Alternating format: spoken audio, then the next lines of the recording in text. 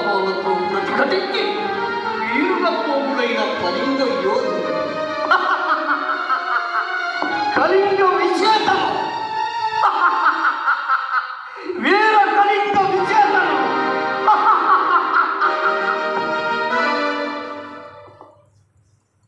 కళింగ విజేతనైన నాడు జయ జయ ధ్వానములకు మారు దీనాలాపములు వినిపించుచున్నది.